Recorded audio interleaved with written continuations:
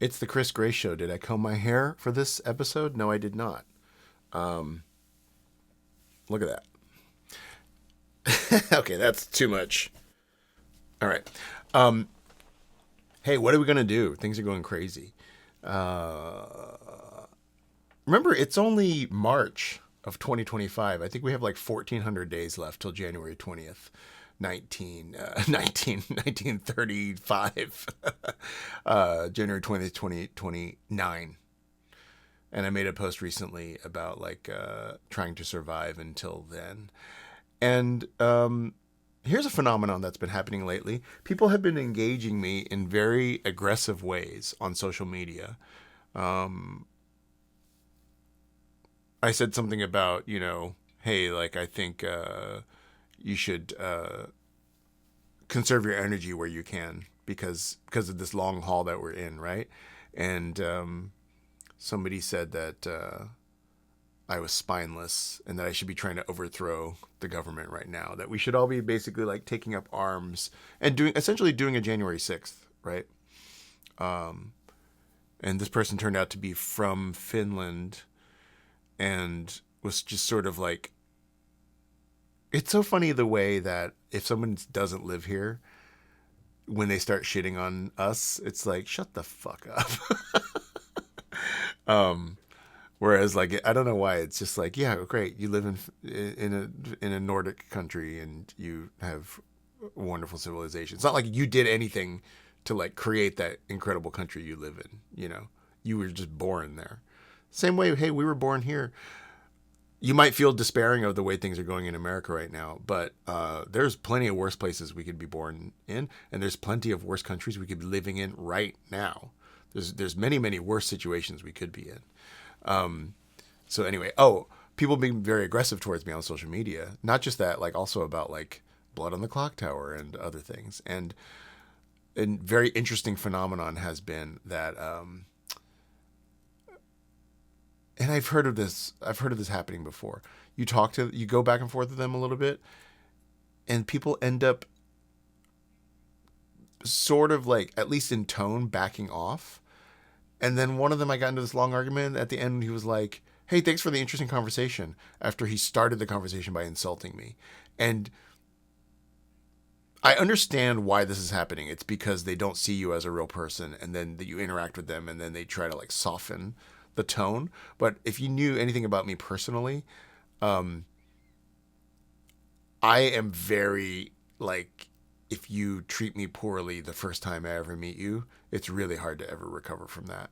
Because I just don't think there's any reason to treat people like that. If we're on set, if you're a person with power in a situation, if you're a person that doesn't realize anything about my career and treats me a certain way, and then you find out, oh, I have had some success in my career. I've had some sex in my career. I have had some sex in my career, y'all. That once you find that out, you start treating me differently. I almost think even less of you at that point. If you're going to be an asshole, I kind of want you to be an asshole to everyone, equally, and not just the people that you don't have anything to gain from. Anyway, that's just been happening lately. People, and I also understand we're in the last 10 years now, we're in a tone where online we are extreme versions of ourselves. So I'll try to have that thought in my head, but it is very weird for me to like be in a conversation where it starts extremely negatively, and then for me to be um, expected to then just back off to be like, "Hey, we're just buds chatting." Um, I'm not sure to what degree. I'm not sure what the Democrats should be doing. Um, I do think that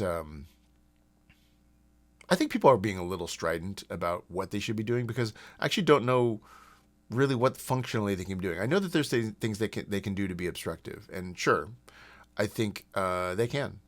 It would be nice if they did. Uh,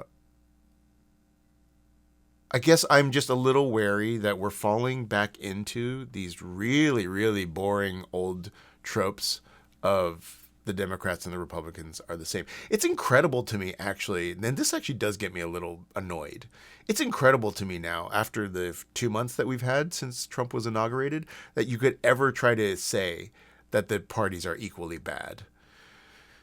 Despite the, like, in addition to the fact that that's like ignorant of the actual like legislative things that the Democrats have done. It's insane to me that you would say that now. And if anything, people are advocating for the Democrats to get more rule breaky, right? And so this is the path that I think is going to be very delicate for them to figure out. Because I understand that desire, but it is a little bit like, hey, you want us all to January 6th, you know? Or you want them to go around, break whatever rules they can. I understand the impulse, but then I don't know. It's a struggle between we give up the moral high ground for outcome, right? The thing I would say right now is they don't have enough power in any of the branches of the government to have any positive outcomes. So is this the moment when they should be like, they should have been breaking the rules? They should have been pushing stuff through in Obama's first 2 years when he had both houses.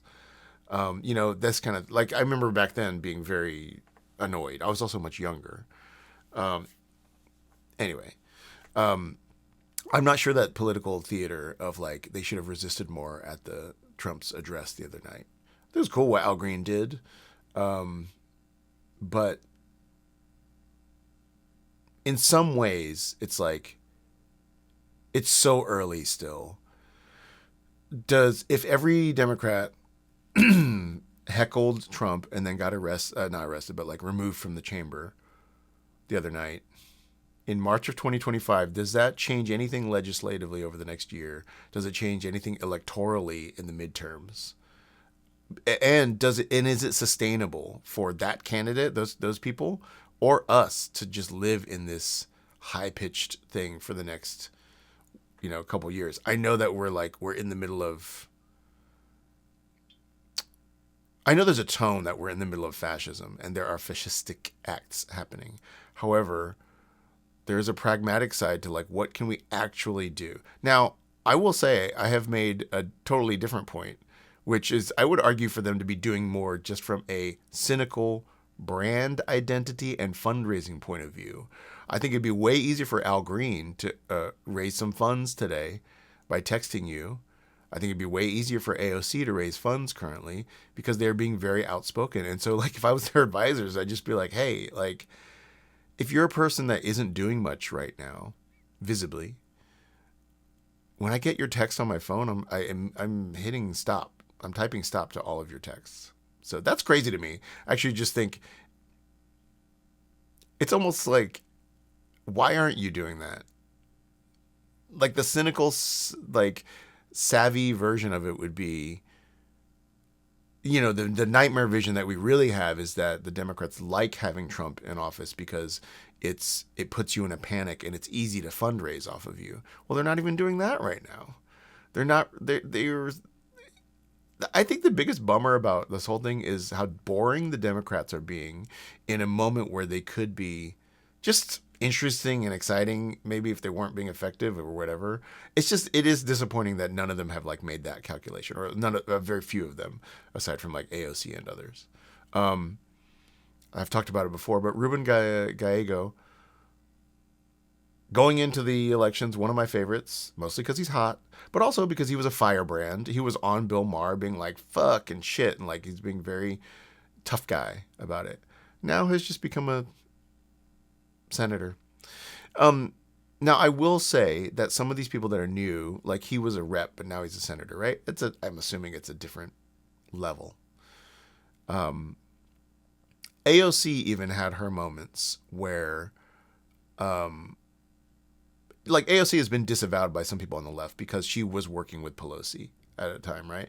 And to me, I thought it just meant that she's a savvy operator where she knows she doesn't have the power within the party, right? So she has to work with the older Democrats to like get things done.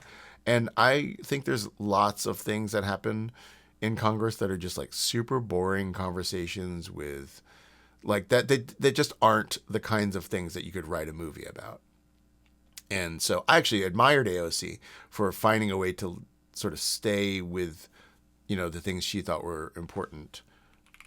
Hold on, did my screen just, no, it's still going.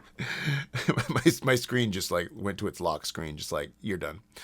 I admired her for being able to make that adjustment. And so I feel like she's made that adjustment and has sort of come back out of it with her voice intact.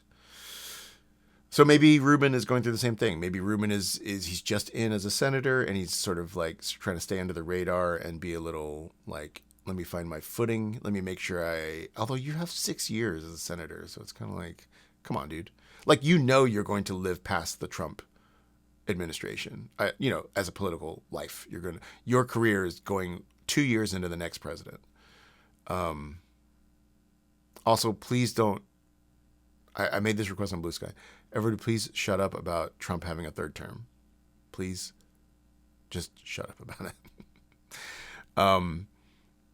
Quick summary. The only functional effect of talking about a third term for Trump is to lower the levels of hope in the people that are trying to survive to the end of this one. And also, procedurally, it is pretty much impossible for Trump to legally get a third term. If we are in a world where he is circumventing everything about the Constitution to get a third term, then I know things feel bad now, but like that's a totally different world. That is a world where we probably individually have to get guns, like make militias. That's still not where we're at, as crazy as things have been. That's not where we're at. And I just don't think it's productive for people trying to find ways to live for the next 4 years to have that sitting on. Basically, you're saying, hey, you really want to make it to the next one? Well, we're going to just to make you despair even more, we're going to move the finish line another 4, 8, 12 years. Also, you don't really think that he's going to, like, given his health, you know what I mean? Like, think he's going to Peloton in the morning and going to, you know what I'm saying. Anyway, that's how I'm feeling lately. I've been feeling very pandemic-y lately. I've been having very bad dreams. Pandemic-y in the sense of disrupted sleep, sort of a little bit of like the anxiety around the world currently feels. I think it's because things feel particularly crazy right now. Maybe that's what it is that things feel very not normal. And that's making it feel a little pandemic-y, like wanting to retreat from things. I don't know. I just noticed that recently. Like the flavor of negativity right now feels pandemic-y. I think that's it. I hope you have a good day. And I'll try to think of some productive ways for us to move the ball forward. But for right now, I will just say, just keep it up. Keep living. If you're seeing this, you're alive. Stay alive. I will find you.